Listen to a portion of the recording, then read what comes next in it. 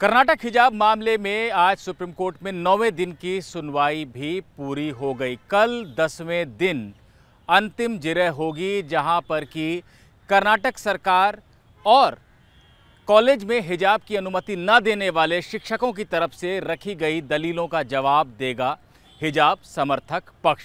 हिजाब समर्थक पक्ष यानी याचिकाकर्ता पक्ष पहले भी 7.5 दिन तक अपनी बातें रख चुका है। कल उसे जवाब देने का संक्षिप्त मौका मिलेगा।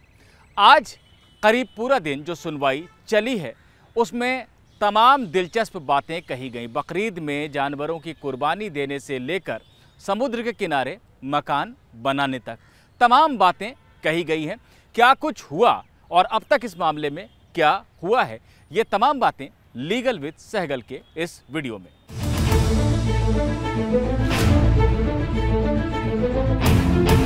वीडियो में आगे बढ़ने से पहले आपको याद दिला दें कि 15 मार्च को कर्नाटक हाईकोर्ट ने ये आदेश दिया था कि स्कूल कॉलेजों में ड्रेस कोड के पालन को लेकर राज्य सरकार का जो आदेश है वो बिल्कुल सही है। हिजाब पहनने की जिद नहीं की जा सकती स्कूल कॉलेज के अंदर, क्योंकि हिजाब इस्लाम का अनिवार्य हिस्सा नहीं है।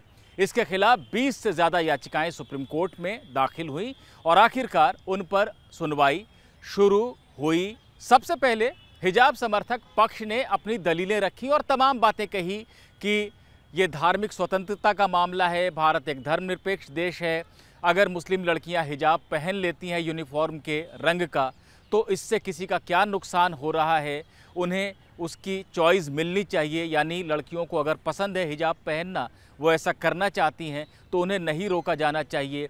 ये बातें भी कही गई कि सिख धर्म के छात्र अगर पगड़ी पहन सकते हैं तो मुस्लिम लड़कियों को क्यों रोका जा रहा है। ऐसी तमाम बातें कही गई और कोर्ट ने भी समय समय पर कई बातें कही।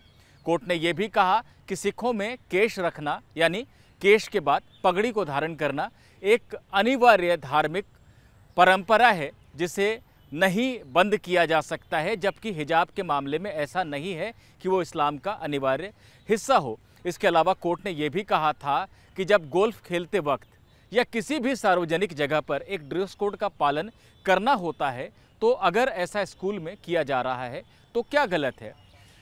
राज्य सरकार की तरफ से सबसे पहले सॉलिसिटर जनरल तुषार मेहता ने दलीलें रखी थी। उन्होंने ये कहा था कि ईरान में महिलाएं हिजाब का विरोध कर रही हैं, अपने बाल काट रही हैं, हिजाब को उतार कर फेंक रही हैं और यहाँ कुछ लोग उसे सही ठहरा रहे हैं। ये तमाम बातें सॉलिसिटर जनरल ने कही थी। आज दलीलें रखी गई कर्नाटक सरकार की तरफ से एडवोकेट जनरल प्रभुलिंग के नवाडगी की तरफ से। नवाडगी ने साफ साफ कहा कि किसी धर्म को निशाना बनाने की जो दलील है वो बिल्कुल गलत है।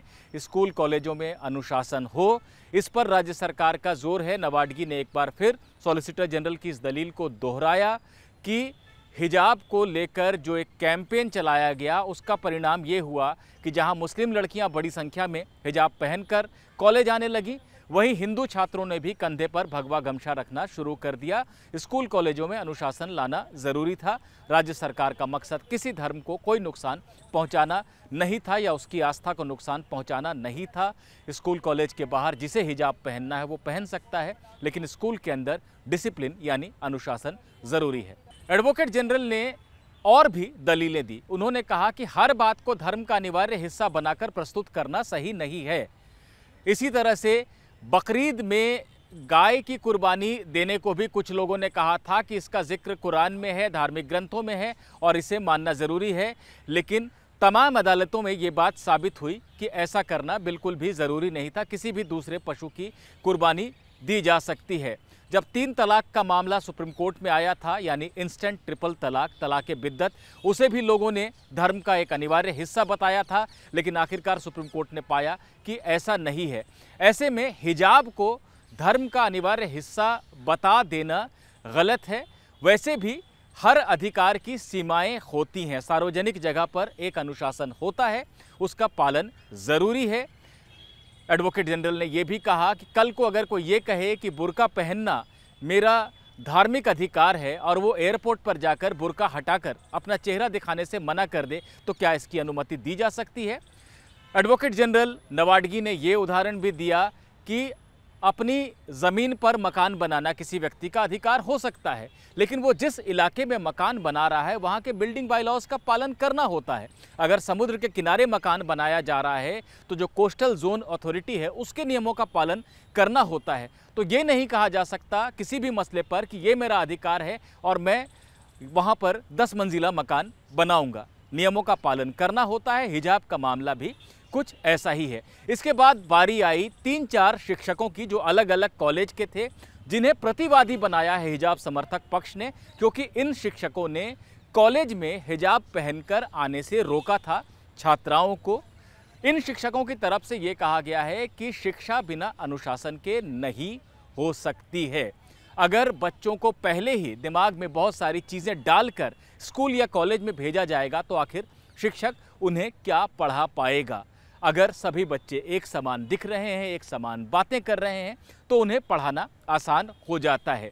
एक शिक्षक की तरफ से ये भी कहा गया कि सबसे ज़्यादा नोबेल पुरस्कार विजेता उस धर्म के हैं जिस धर्म के लोगों ने ये मान लिया है कि धर्म और शिक्षा को अलग अलग रखना है।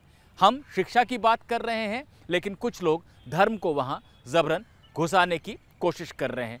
ऐसी तमाम बातें हुई। जस्टिस हेमंत गुप्ता और जस्टिस सुधांशु धुलिया की बेंच ने बहुत विस्तार से सुना। जस्टिस धुलिया ने कई तीखे सवाल भी कर्नाटक सरकार से किए और शिक्षकों से भी किए। अब मौका मिलेगा हिजाब समर्थक पक्ष को 1 से 1.5 घंटे तक। कल गुरुवार 22 सितंबर 10वां दिन होगा हिजाब मामले की सुनवाई का और तब ये सुनवाई पूरी हो जाएगी। बेंच अपना फैसला सुरक्षित रख लेगी। जैसा कि हम इससे पहले के वीडियो में बता चुके हैं कि 16 अक्टूबर को रिटायर होना है जस्टिस हेमंत गुप्ता को, जो कि इस बेंच की अध्यक्षता कर रहे हैं।